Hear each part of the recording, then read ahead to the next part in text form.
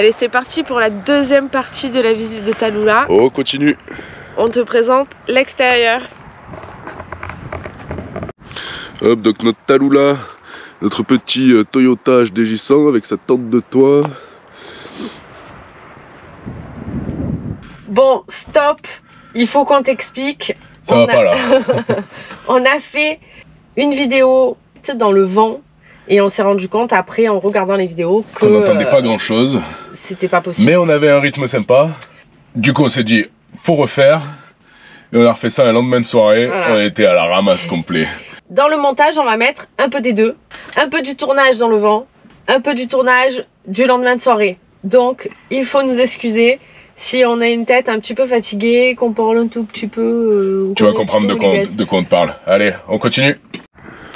Alors, pour l'arrière, on a un porte-roue, un plat. Donc à l'extérieur de Tallulah, on a un porte-roue, un gros porte-roue. On a choisi d'enlever une des roues parce que normalement on a deux roues là, une là. Pour faire des petits trips, c'est pas forcément la peine. On la remettra peut-être quand on repartira sur des gros trips. On sait pas encore si ça vaut le coup d'avoir deux roues ou pas. Si tu as un avis, n'hésite pas à nous le dire. Donc la deuxième roue se met là-dessus. Et c'est un système exactement comme celui-là qui s'ouvre et qui permet d'avoir une grosse roue à l'arrière. Le jour où on partira, alors soit on prendra la deuxième roue, soit on va faire un système pour installer le chauffage. Le chauffage, le lifesaver et mettre tout ça dehors. Parce que le chauffage, il y a des petites fuites de gasoil quand même, donc si ça se renverse à l'intérieur, ça pue. Et puis si on le laisse ici, il pourrait rester à poste. Les roues, elles sont à l'arrière parce qu'à l'origine... Alors là, on va aller un peu plus dessous. À l'origine, elles sont dessous, et dessous maintenant, on a le deuxième réservoir qui fait 150 litres et qui nous permet d'avoir 250 litres de gasoil pour partir plus loin. Très important, le pare-choc. Qui part les chocs. Parce que des fois, on est bien guidé pour voir s'il y a des arbres derrière. Coucou. Ah pardon, t'es dedans. Merci.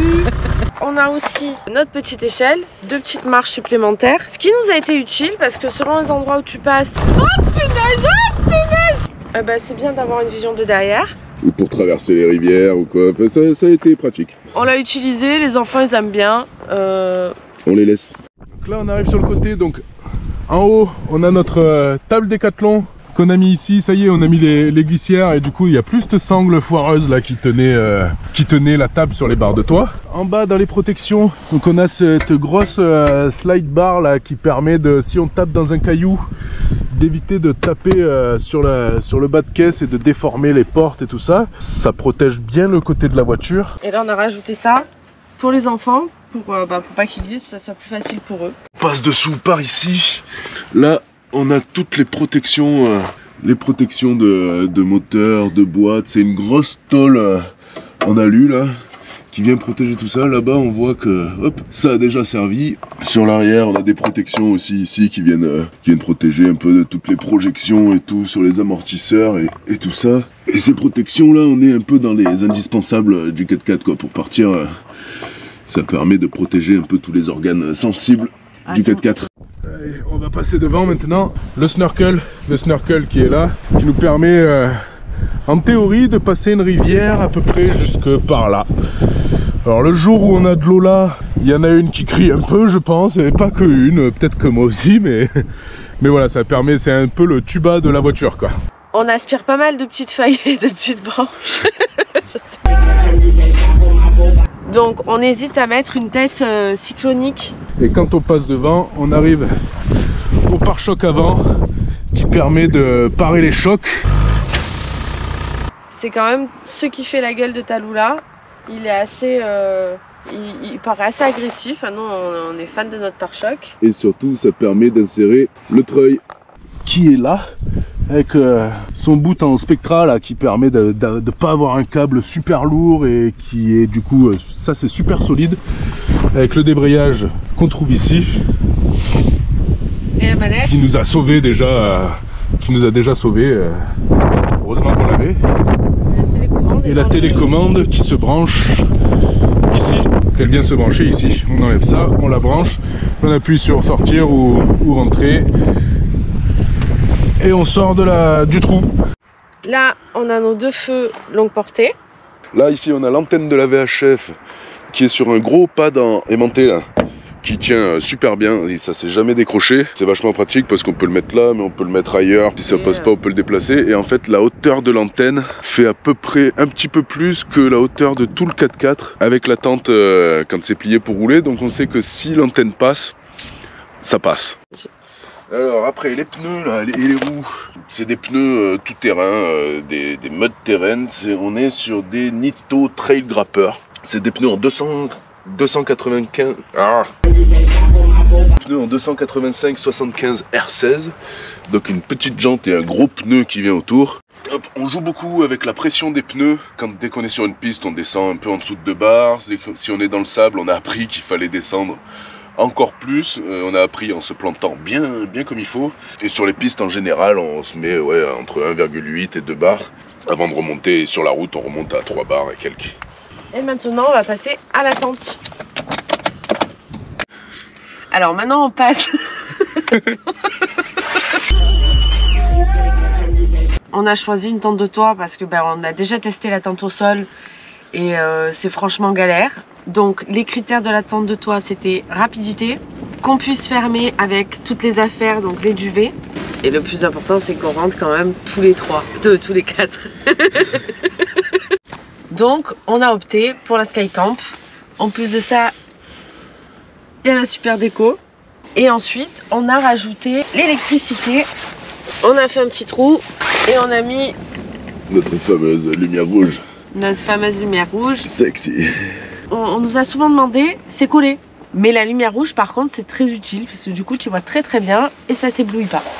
On a utilisé la tente dans plusieurs conditions climatiques. Le vent, pour le moment, ça passe. La pluie, on n'a pas d'infiltration. Et en ce qui concerne le froid, on a un chauffage. Le seul hic, je dirais, ou le seul petit truc à rajouter, ça serait un sous-matelas pour l'humidité. Vous voyez, ah ben voilà, là on a dormi dedans. Et du coup, il y a un peu de condensation. Donc, c'est pas super, il nous faudrait un sous-matelas. Et elle est quand même super grande, je sais pas si tu te rends compte, mais là je me mets au bout. Je suis au bout, enfin c'est... On dort très bien à 4. Donc, on valide. Alors, on va aller voir ce qui se passe là-dedans maintenant.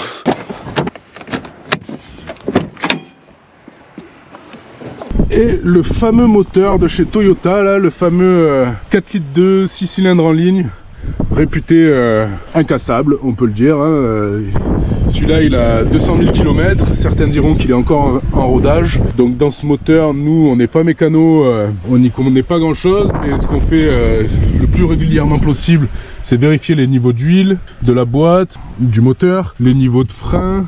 On a 2 batteries pour le démarrage, on nettoie le filtre à air souvent qui est là-dedans, qui s'encrasse assez souvent. L'air qui rentre dans le snorkel, là, ça prend souvent du sable, des feuilles et tout ça, donc on ouvre ça et puis on le nettoie. Et ici, on a installé notre compresseur pour gonfler et dégonfler les pneus dès qu'on va dans le sable ou dès qu'on fait un peu de la piste. Il est ici, donc on branche notre air dessus et on vient gonfler et dégonfler les pneus. Et ici, c'est des mises à l'air de toutes les boîtes et des ponts pour si jamais on est dans l'eau un peu longtemps, ça puisse respirer tout ça. Je crois que c'est ça, je suis pas mécano mais je crois que c'est ça, à confirmer. Donc ce petit moteur là, il consomme à peine.